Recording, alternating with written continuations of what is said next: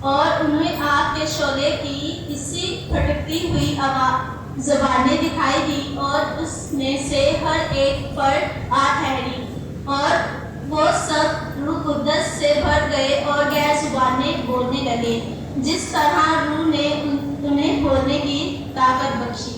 پاک کلام نے پڑھا اور سنا جانا ہم سب کے لیے باعث برکت ہو۔ آمین۔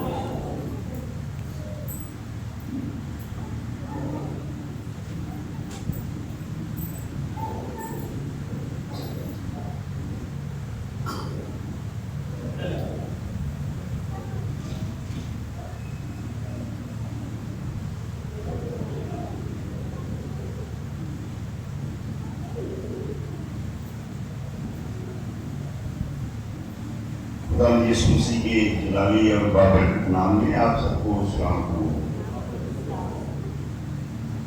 سال میں ایک دفعہ ہم آپ کے پاس آتے ہیں، پادری صاحب کا شکریہ ادا کرتا ہوں اور سب جلدی درخواست دیتا ہوں آپ کو فرماتے ہیں آپ کو بڑی مہربانی، اور ہونا بھی یہ چاہیے کہ کیونکہ ہم تو سال میں ایک دفعہ آتے ہیں لہٰذا ہمارے پاس پورا ڈوڈا ٹائم ہے۔ ٹائم ایسے بھی نہیں ہو سکتا ہے کہ ایک گرمی مت مارے جائے، اور دوسری بات یہ ہے کہ پوری سروس بھی آپ کے ساتھ تھی، اس لیے میں 15 سے 20 منٹ آپ کے ساتھ ہوں گا، اس سے زیادہ لیٹ نہیں کروں۔ میٹرکس کالج میں پڑھاتا ہوں، ہمارا ٹیچر ٹریننگ کالج ہے، اس کے ایڈمیشن وغیرہ ہوتے رہتے ہیں، اس کی تفصیل ہے سلیم کے پاس اس کے اشتہارات، اور جو ہمارے پاس آنا چاہیے تفصیل کے ساتھ لے سکتے ہیں اور آ سکتے ہیں۔ ہم ہر سال اپنا ایک سمر کیمپ لے جاتے ہیں پاکستان کے شمالی علاقہ جات میں۔ اس سال ہم مری میں ہوں گے، کیتھولک جگہ ہے بڑی شاندار، آکسفورڈ ولاس کے نام ہے، میری کانوینٹ کے ساتھ ہم وہاں 4 دفعہ پہلے گئے ہیں، یہ 5ویں دفعہ کرنا ہے۔ جو میرے لیے بہت خوشی کی بات ہو رہی ہے کہ سر سلیم ہمارے ساتھ ہو اپنی فیملی کے ساتھ، اور باقی کی معلومات آپ مسز سلیم سے لے لیجیے کہ اگر آپ جانا چاہیں تو آپ ہمارے ساتھ گھر جا سکتے ہیں۔ ہم 5 جولائی کو نکلیں گے اور 14 جولائی کو واپس آئیں گے۔ باقی کی تفصیل ساری اس اشتہار میں ہے جو بعد میں آپ کو مل جائے۔ جو پروفیشنلز ہیں، گریجویٹس ہیں اور ہماری آرگنائزیشن کا ممبرشپ لینا چاہتے ہیں تو وہ ہمارے ساتھ اس خدمت میں حصہ دار ہو سکتے ہیں۔ یہ اس کا ممبرشپ فارم ہے اور سال بھر کی 500 روپے فیس ہے، سال بھر، اور میں امید کرتا ہوں کہ اس لیے آپ سب کی اس معاملے میں رہنمائی کریں۔ جب میں نے پادری صاحب کی اجازت لے لی، ہاں یہ ہمارا بک مارک ہے، کیلنڈر بھی ہے، آپ اس میں بہت سارے آپ اجازت میں لے جا سکتے ہیں۔